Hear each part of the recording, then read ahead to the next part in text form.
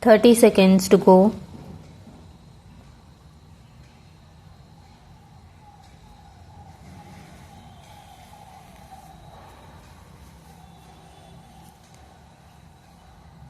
Fifteen seconds to go.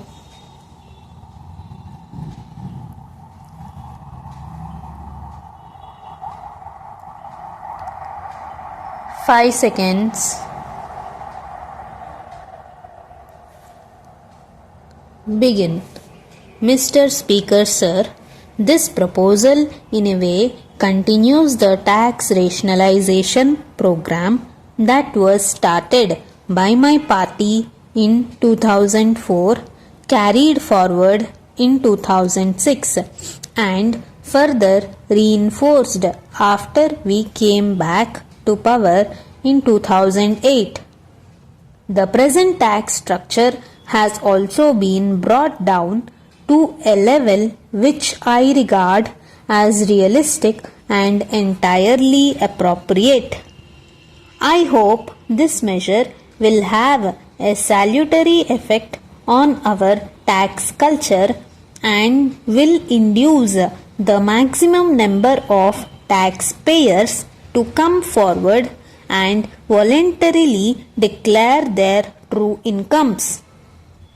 With the reduction in rates and expeditious disposal of assessments, I believe there can now be no excuse for any leniency to be shown to those who abuse our laws.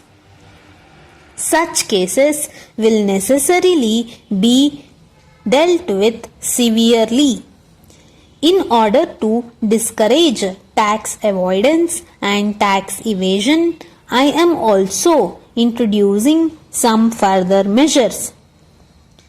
In all cases where the annual turnover exceeds rupees 20 lakhs or where the gross receipts from a profession exceed rupees 10 lakhs, I am providing for a compulsory audit of accounts. This is intended to ensure that the books of accounts and other records are properly maintained and faithfully reflect the true income of the taxpayer. I am also proposing that loans or deposits of rupees 10,000 or more shall be taken or accepted only by crossed check or bank draft.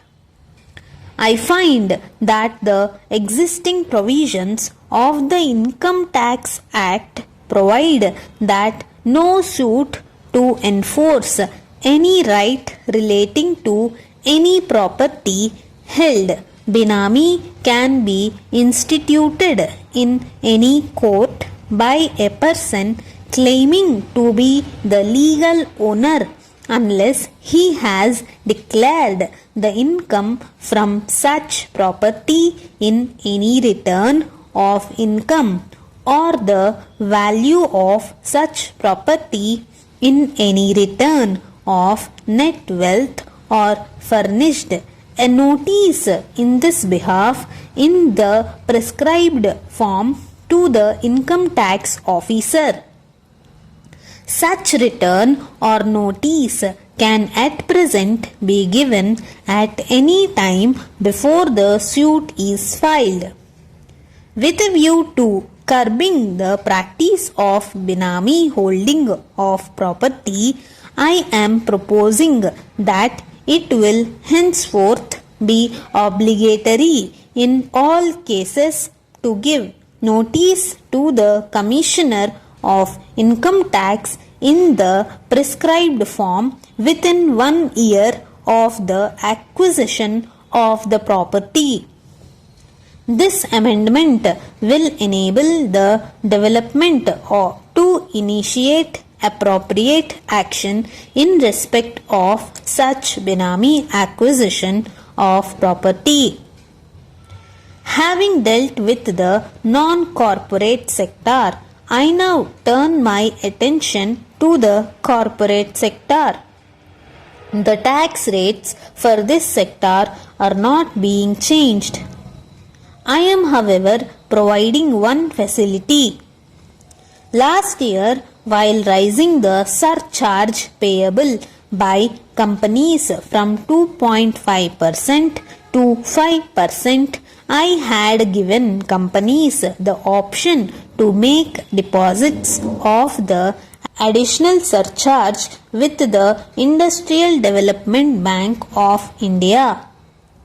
I am now further providing that companies can henceforth exercise this option in respect of the entire amount of surcharge payable by them. These resources will flow back to the corporate sector and will be available for modernization.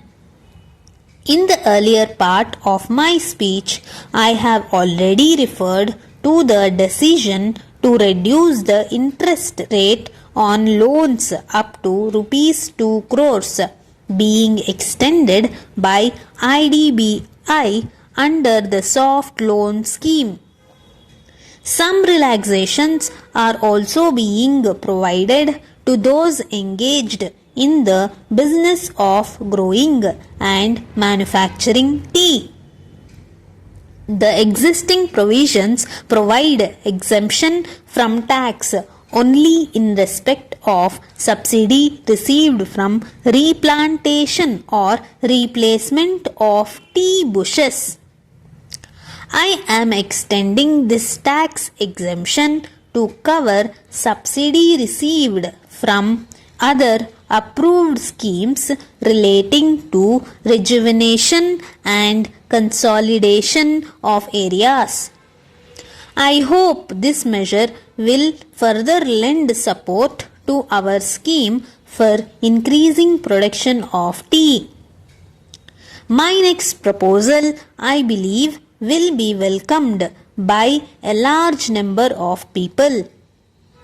Investors persistently can receive dividends and interest on debentures without deduction of tax at source if they furnish an exemption certificate from the income tax officer, or alternatively file a declaration to the effect that their income for the year is below the exemption limit.